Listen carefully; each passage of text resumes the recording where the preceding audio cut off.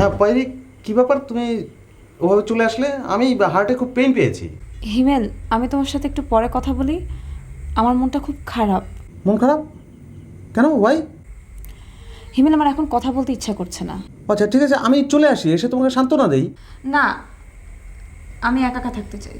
না তাহলে এক কাজ করি, আমি তোমার জন্য হিন্দি ছবির কতগুলি ডিভিডি নিয়ে আসি, দেখলে তোমার খুব ভালো লাগবে। হিমেল, তুমি কেন বুঝতে চাচ্ছ না? মানে আমি এখন কথা বলতে পারবো না হিমেল, তোমার সাথে আমার পরে কথা হবে। আচ্ছা শোনো প্লিজ, তুমি মন খারাপ করো না, কিন্তু তুমি মন খারাপ করলে আমি আমি খুব অনেক অনেক কষ্ট পাবো, আমার হার্টে খুব পেইন হবে। ওকে।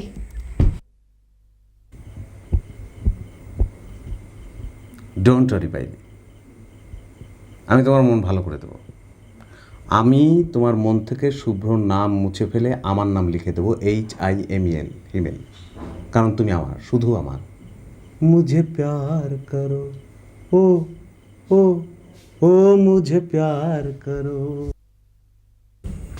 ধর, কি এটা? হামিন আমাদের ঠিকানা। হামিন আমাদের ঠিকানা দিয়ে আমি কি করব? তাকে গিয়ে বলবি তোর এই অবস্থার জন্য সে দায়ী। যা হবার তা তো হয়েই গেছে, এখন আর এসব বলে কী লাভ? তুই বুঝতে পারছিস না। তুই যখন তাকে গিয়ে বলবি যে তার বই পড়ে পাইরে এই কাহিনী করেছে, তখন সে নিজ দায়িত্বে পাইরির সাথে যোগাযোগ করবে। আফটার অল সে একজন লেখক, পাঠকের প্রতি একটা দায়িত্ব আছে না? তাছাড়া তার গল্প পড়ে একটা মেয়ে চেঞ্জ হয়ে যাবে এ কথা শুনে সে কি বসে থাকবে? স্যার, একটা লোক আছে। বলনি আমি লিখছি, লেখার সময় আমি কারোর সাথে দেখা করি না। বলেছি আপনার সাথে দেখা না কিছু যাবেই না। যাও।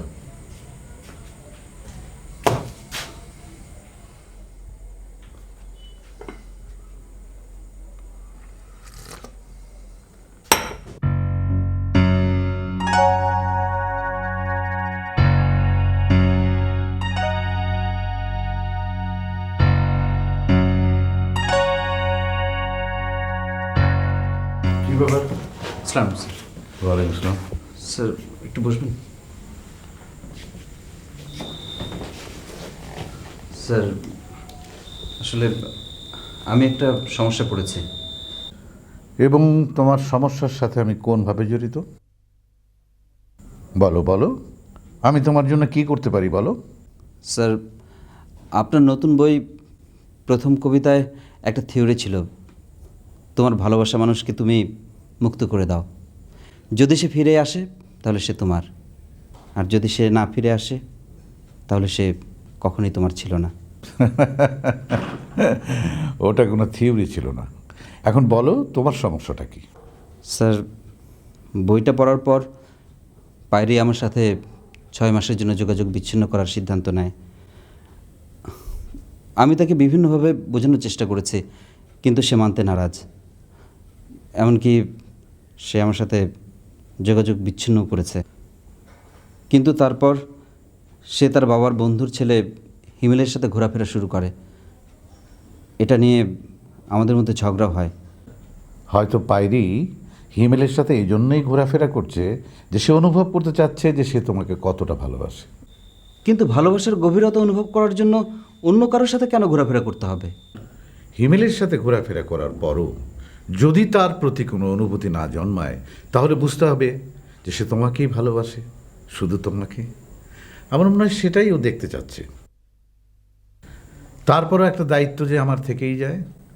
আচ্ছা, পাইরির বাসা কোথায়?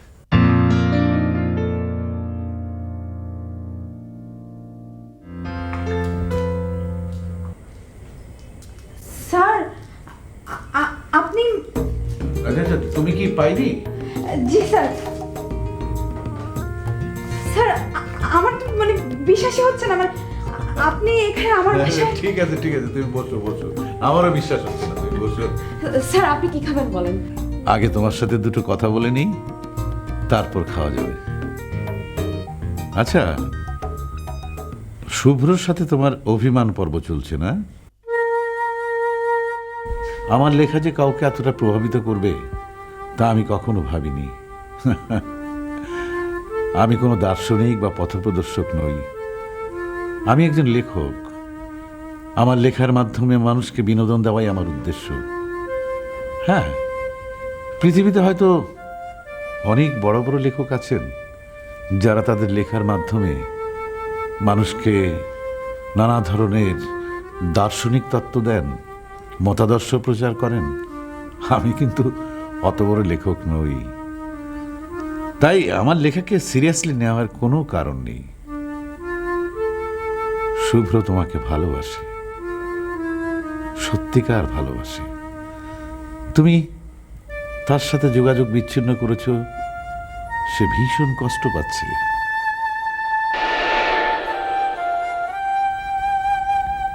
ভালোবাসার মানুষকে কষ্ট দিতে নেই, কারণ কি জানো,